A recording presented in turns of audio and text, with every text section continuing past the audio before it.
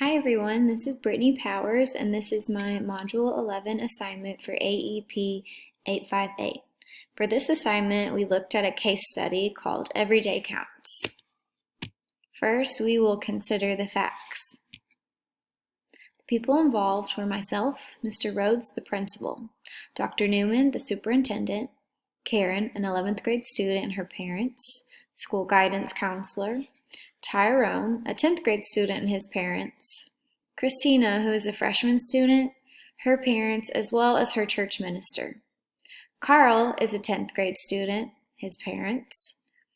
John, a junior student who is the quarterback of the football team, the athletic director, and then, of course, just all the teachers at Golden Oak High School.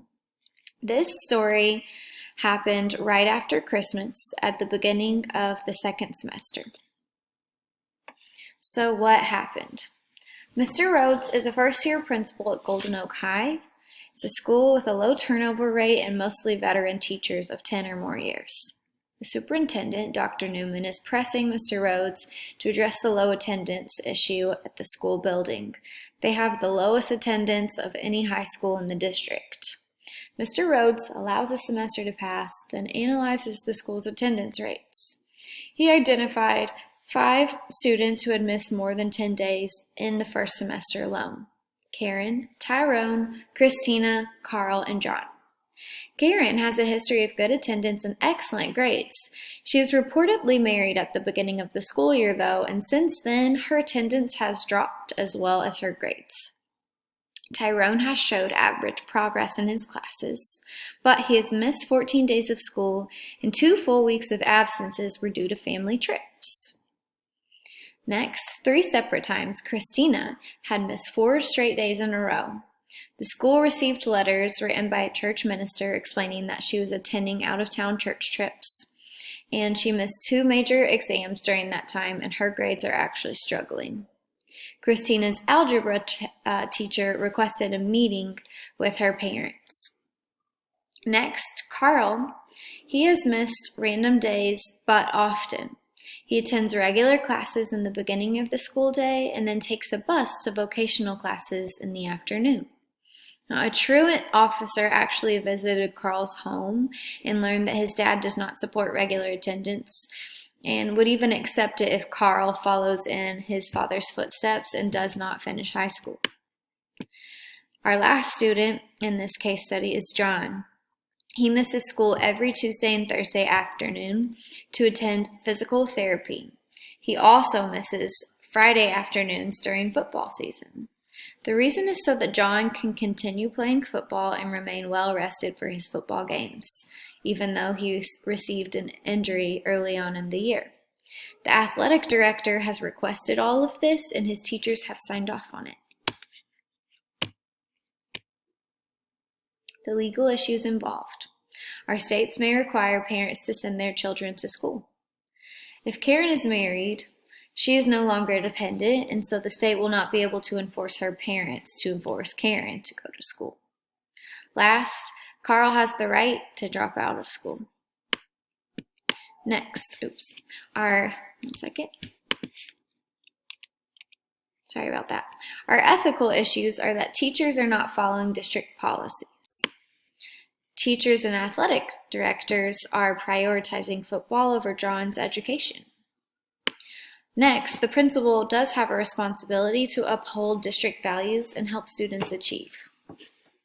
And last, staff members excuse absences when they shouldn't be doing it, which is dishonest.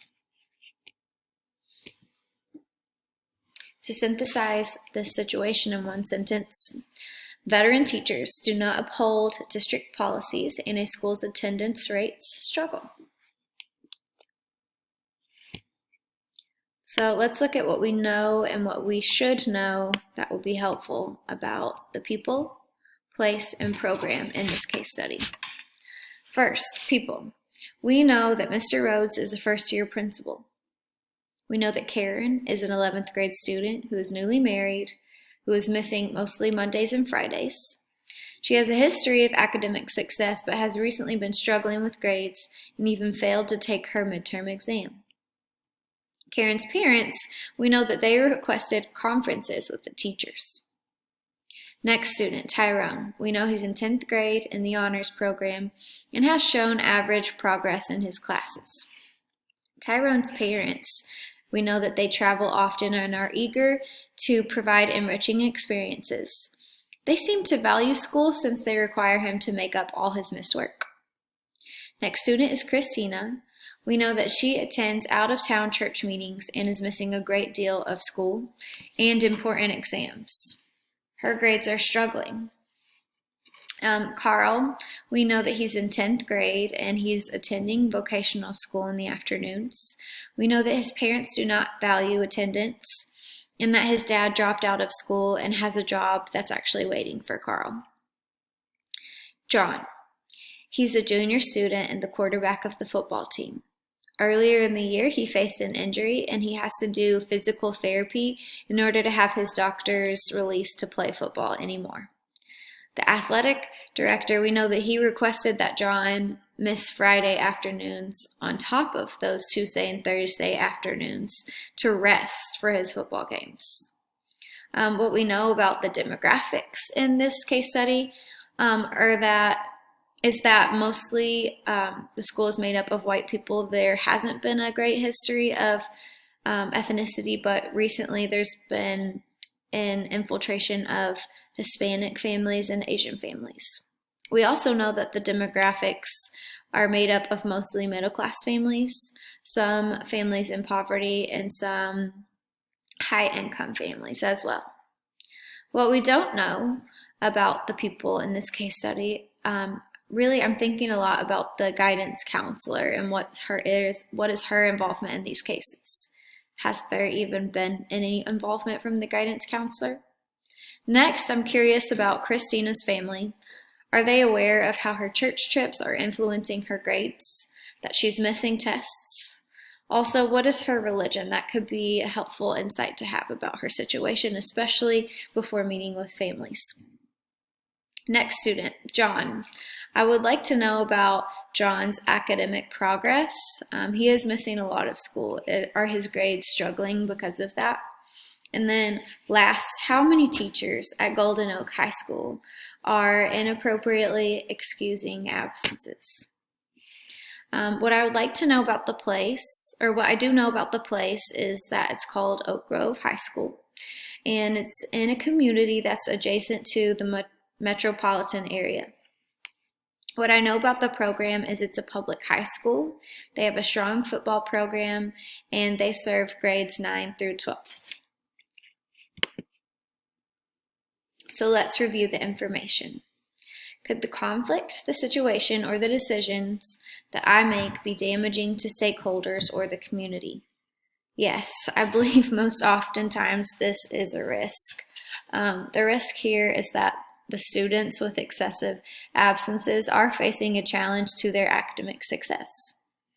Next, if Mr. Rhodes is not careful, I could lose staff members who are resistant to change, and they've been here for a long time, so that would be quite a great loss to lose veteran teachers with so much experience. Next, have all the relevant stakeholders been consulted? Quick answer, no, they have not. Mr. Rhodes must address this issue with teachers, students, and families. So far, it seems like he's been quietly kind of waiting to collect that data at the middle of the year, and now he has it, so it's time to act. Next, can I learn more about this situation? Yes. It would be nice to know family perspectives and how they value attendance, and if maybe they'd be willing to support some kind of initiative to increase attendance. We can also learn what is the school-wide assessment data and how is that comparing to attendance rates. Do I know enough to make a decision? I believe I do. You can always know more, but I think I have enough information to start acting. The individuals and groups who have an important stake in the outcome are basically everyone, but we'll say students, parents, the community, teachers, the football team, and myself. Next is I evaluate options and determine possible courses of action. I will demonstrate the capacity to engage in processes for gathering, synthesizing, and evaluating data.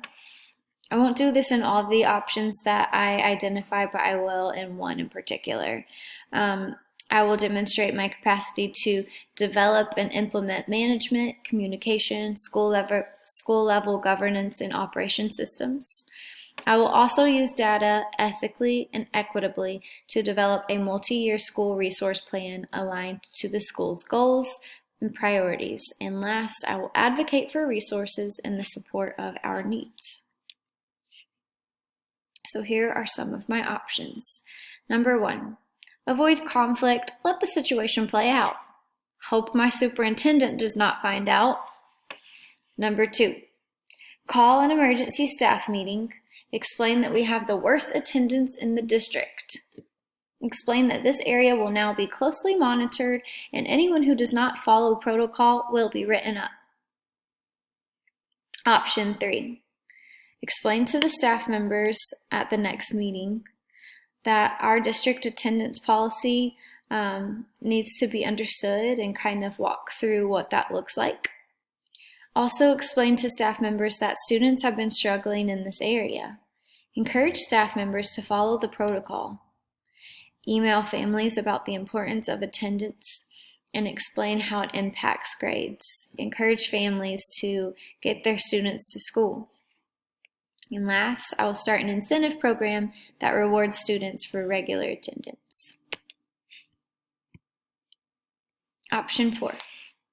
I could compose a leadership team to organize a data table that shows which students have improved and declined academically since last year. I will next align that data with attendance rates and use this to draw conclusions with this data leadership team. Once we have this information collected and ready to be shared, I will hold a staff meeting sharing this data and our conclusions.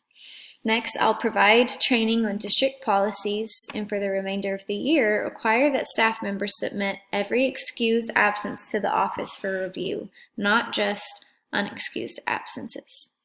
I will also require that staff members hold a meeting with all families who have a student that misses more than 3 unexcused absences in a semester. Last, I will offer an incentive to staff members who have the best attendance rates in their class each month for the remainder of the year. I will encourage staff members to get creative as they inspire students to come to school. My last option that I identified is number 5.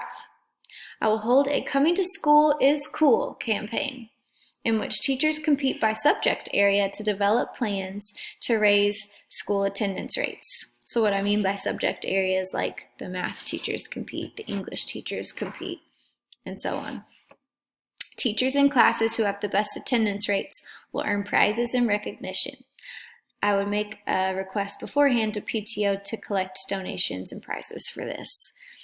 Beforehand, I would remind teachers of the importance of attendance and share that this has been a real struggle for our school in the last several years, and make sure that everyone remembers and understands the district policy regarding attendance.